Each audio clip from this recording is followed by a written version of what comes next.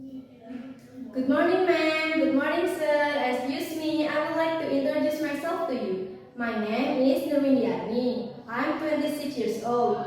I'm Muslim. I come from Purbalingga, center of Java, Indonesia. My height is 460 cm and my weight is 46 kg. My last education is senior high school. I'm single. I have one brother. I have experience work before in Jakarta from 2023 until 2026. My job are taking care of children. He is 6 years old, doing general sweeping like cooking, cleaning, ironing, and washing. I can cook Indonesian food like bakso, soto, rendang, and learn to cook Chinese food like steamed eggs, steamed fish, and pork soup. I can cook and handle pork, but I don't eat pork because I'm Muslim. I want to go to Singapore because I want to earn much money for myself and my family. I'm not a breadwinner.